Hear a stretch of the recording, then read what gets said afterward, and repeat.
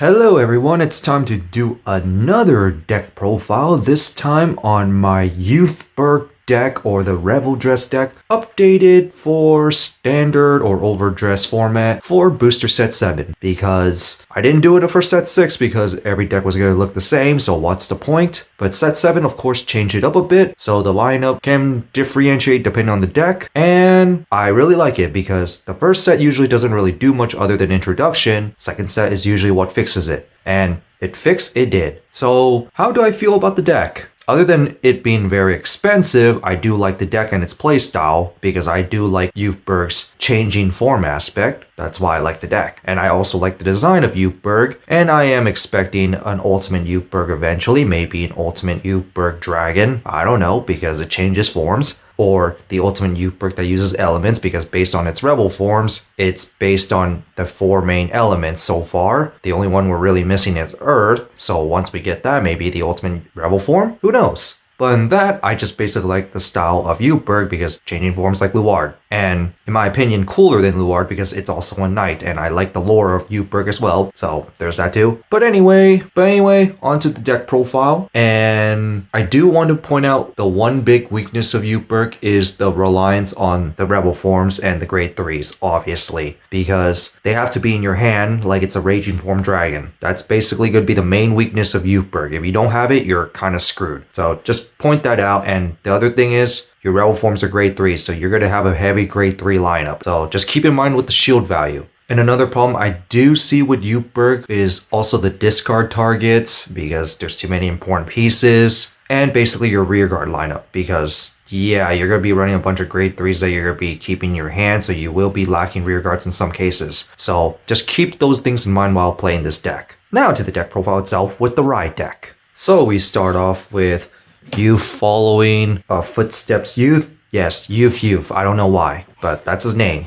Which we go to Determined to Break Away Youth, where the skill is during the battle of this card attack, it gets plus 2k power. That doesn't really matter at a grade 1 turn. Let's just be realistic. Unless if you're boosting, other than that. But the second skill is, when rolled upon by the grade 2 Youth, you can Soul Blast 1, look at top 3 cards of your deck, look for 1 grade 2 or less and call it to rearguard. Or look for 1 Youthberk and put it in your hand, aka your grade 3s, your Revolform or the Persona Ride.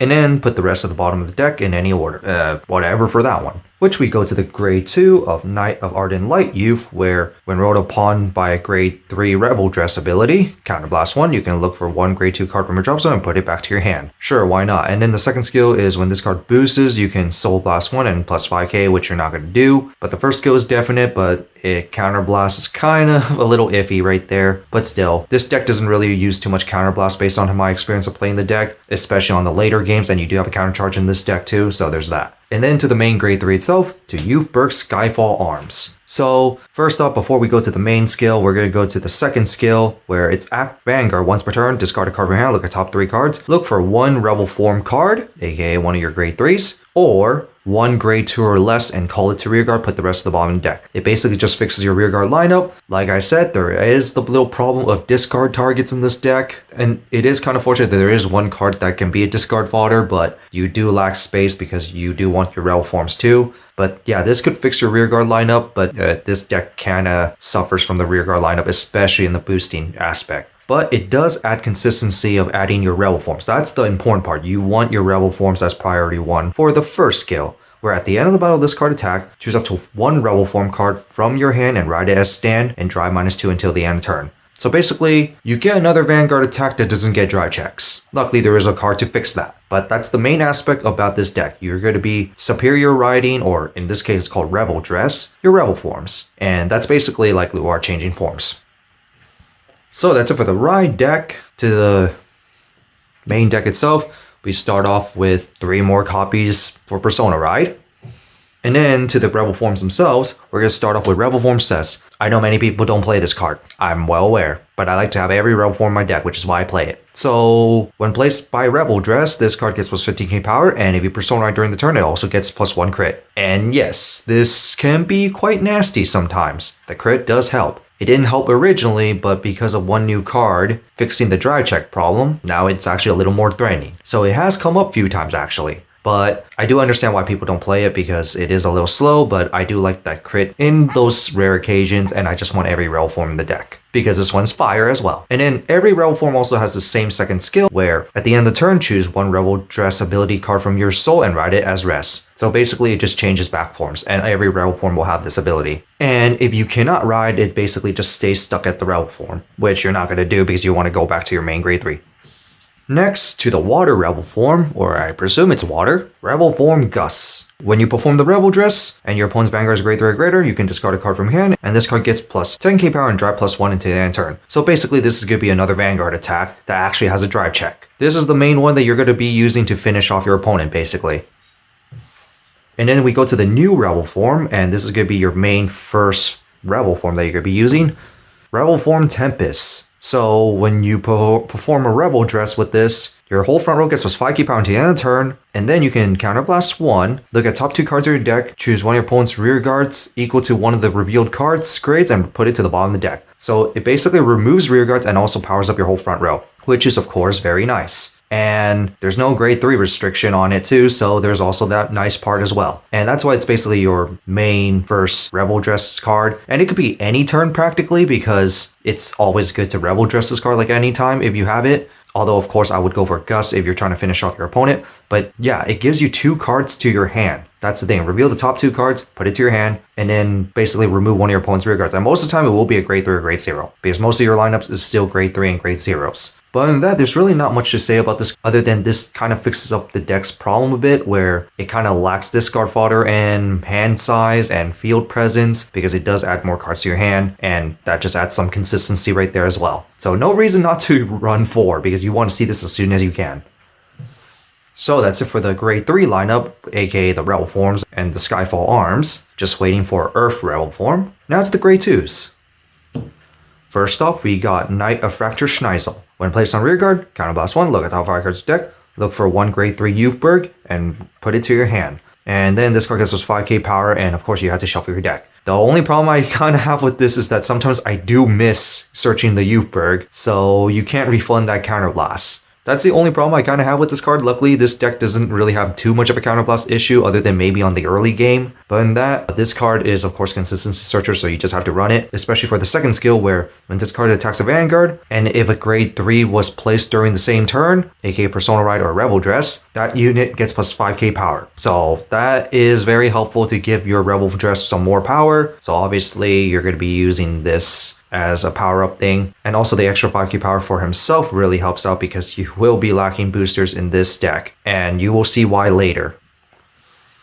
Next, I run 2 Knight of Piercing Kawala. So at the end of battle of this card attack, you can Soul Blast 1 while you have 4 more units, which will usually happen. Look at the top 3 cards of your deck, choose 1 grade 2 or greater card from among them, reveal it, and put it to your hand. If you did not put a card, you draw a card. So if you miss, you still get something. And it's basically Schneisel's Counterblast, this one Soul Blast, so there's that. Of course, there is one new card that would run over this, but sometimes Counterblast can be a thing, especially on the early game.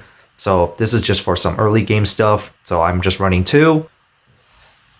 Because the other card that I'm running as a 2 of in a 2-2 split is Knight of Rendering Flash Cabri. So on placed on rearguard, you can counterblast 1, soul blast 1, look at top 3, and then choose 1 card from among them. If it's grade 2 or less, call it. If it's not, you put it to your hand. So basically, it's just another more consistent way to do it, except this one costs an extra counterblast, and this one has to be on place. So that is a thing. And in the early game aspect, sometimes the counterblast can be an issue because I have drew these early game. So that's why I'm just doing the 2-2 split. But overall, you could run 4 of these. It is technically better than the other card, especially that one has the number unit restriction on it. But either way, it's still good.